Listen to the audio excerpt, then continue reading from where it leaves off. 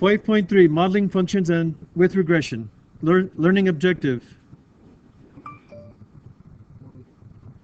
Here you'll be using a graphic calculator to generate both a function and a graph that represent a given set of data, exponential and quadratic. You will use the graphic calculator to derive the minimum and maximum of a graph. When you get a chance, watch this video. Here's some data. The following table shows how many miles of gallon at different speeds. So let me see. I wonder if I can just copy and paste this onto my account, or I should just copy it. Okay. So here's this, and I've already prepped my file here. So let's title this 5.3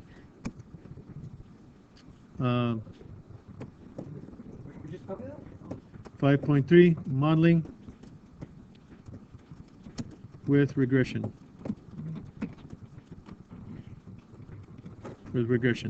Save. Okay, and I had already set this so you can copy it. I'll give you a few moments. You can press pause and copy that. Okay, and I had already decided to add this table, and I kind of like green. So let's put the data. This is 30, 35, and once you press enter, it actually realizes what you're doing. Kind of nice feature. And now we're here at 18, 20, 23, 25, 28, 30, 29, 25, 25. So there's your data. And there you go. So using the graphic calculator, draw the scatter plot of the data. Check. Done on Desmos. Find the quadratic function of best fit. Draw the quadratic function of best fit on the scatter plot. Find the speed that maximizes your miles per gallon and predict the miles per gallon for the car if your driver's speed is 48 miles per hour. So we've done the first step well. Okay, so let's take a moment to pause and think about this. Okay, so we have this data, and you got to be aware of what the variables are. It's x1, y1, and we want running a regression on Desmos. So you type y1, and then you have to find the tilde, which is on the letters on the parentheses row down here. Tilde, and then you have to decide which regression. If you think it's a line, of course, mx1 plus b.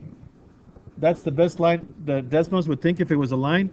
But I was told not to do a line. I was told to do ax1 squared.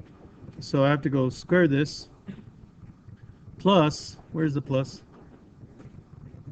Plus, the next letter is b. Where in the heck the b? And then x1 plus c. And you see, if I just press, here, there it is.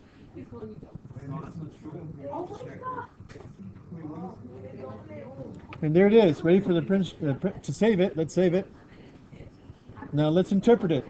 We have found the regression. This is the best fit curve, and those are the values of A, B, and C. You can move it up if you like.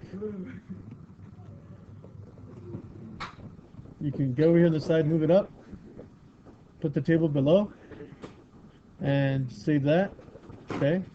Now we have to ask ourselves, what's the maximum point here? I gotta maximize this. It's right there. There it is. It provides, according to the graph, model, should I say, function 55.8 miles per hour. Gives me a mileage of 28.195 miles per gallon. And that's the best. Now I need to find out what 48 is. So I know that my function was f. Actually, I don't remember what the function was. What was the function? y1? Can I just ask? Can I just put it in here? How does this work?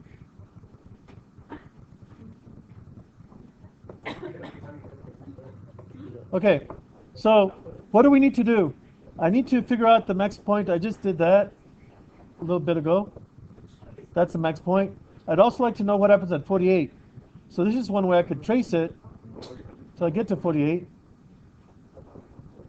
But that takes some dexterity. So there's my answer. But I let go and it's gone. So what I would like to do is define a function based on this. So I'm going to add f of x. And that is going to be based on the regression line. I just need to use the variables. This is equal ax squared plus